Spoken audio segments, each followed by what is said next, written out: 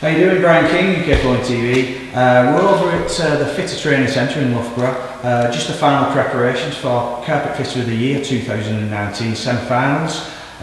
Ian, tomorrow's day one, Carpet Fitter of the Year semi-finals 2019. I see you've been busy doing the finishing touches. Are you looking forward to the next 2 days? Really looking forward to it, Brian. It's something, you know, a lot of work goes into this beforehand, so and it's great to see some old faces again who'll be coming back. There's people who were in it last year, which is nice. Ian, is there any new fitters in the competition this year? There are, Brian. Yeah, sorry. There's 3 new faces that I've not seen before. Got Peter Kearney is one, Ryan Hughes is another. And the other chap is a guy called Steve Whitburn, and I don't know anything about those 3. They're 2 totally new faces, so it'd be interesting. They're ones to watch, I expect. Yeah. The runners-up seem to re-enter every year. Why do you think that is? I'd like to say it's because of me, but I'm sure it's got nothing to do with that. The guys, if you talk to them, they just get such a buzz from entering, and I know everybody, you know, they're in it to win it. That's why they enter, but they get buzz, and you know, it's also the camaraderie. Sometimes they don't see guys from one year to the next, so not in the flesh anyway. Has the Bears changed much this year in the competition? They have. Can't show you them at this point in time, but we have got a little surprise for the guys over the next 2 days when they're in here, so it's not going to be the same as it was last time round. You're also once again a judge. What sort of things as a judge do you look for?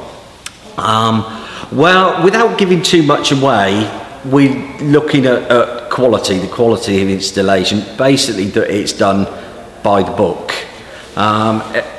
Speed is not as important, although we have introduced a time limit on stuff this time round, you know, but the guys have still got plenty of time to do the platforms. What is the time limit? The time limit's 5 hours for them. Is the judges the same this year, and so who are they? They are. The judges are the same. Richard Renouf, he's here.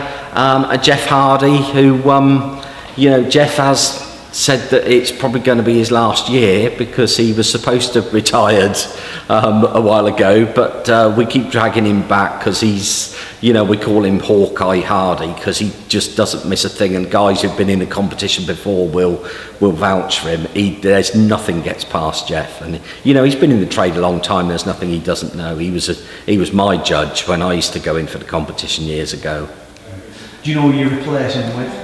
Well, we've got ideas of what it's basically getting people to you know, to commit to doing it, and they've got to be people that are experienced as well. And you know, as I say, Jeff has got more experience than any of us. I'd love for him to stay on and do it. I'll probably be bending his arm tomorrow, so if people are tuning in and watching tomorrow, you might see me with his arm up his back trying to get him to stay on.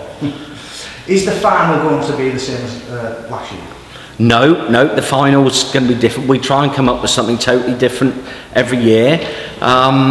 It will still be 6 people, 6 guys in the final, 3 in the morning, 3 in the afternoon, like it has been previously, but it's a totally new platform for them to work on, something different. Also, there's a live feed where people can log in and watch throughout the day. It's on UK Flying TV's Facebook page, and it's from 9 AM till 2, is that right? Yeah. The live feed went really well last year. Just tell us about that. It did, and you know, it's a bit of a new thing for me because I'm not too IT savvy and that sort of thing. But you know, there were you know the figures better than me, but there were over 3,000 people logged in to have a look, didn't they? Yeah, and we try and keep it sort of out the way so that it doesn't put the guys off, because they're under a bit of pressure anyway when they're working. But they, you know, it's great because people can actually tune in, see how they're person that they're rooting for is doing and cheer them on. I think they could even send messages, couldn't they? Yeah. And for people who are thinking about entering, they can log in and see. And have a look and see what it's all about, because it probably appears quite daunting to a lot of people when it, doesn't necessarily. You do this every day. The guys do it every day. So it's just making sure it's a polished attempt. Lastly, Ian, has there been any preparation for next year's competition, which is going to be LVT? Yeah, the LVT challenge. I mean, actually, we've been, in all honesty, it was probably 3 years ago that we first decided that there would be an LVT one at some point. But you can't throw these things together last minute. There has to be planning in order, and we know exactly what's going to happen in the LVT one. We've designed the platforms and what the guys are going to have to do, and for me, that's something that I'm really looking forward to for next year, because it's a change from carpet. One to look forward to. Anyway, Ian, good luck tomorrow, and thanks very much. Thanks a lot, Brian. Cheers.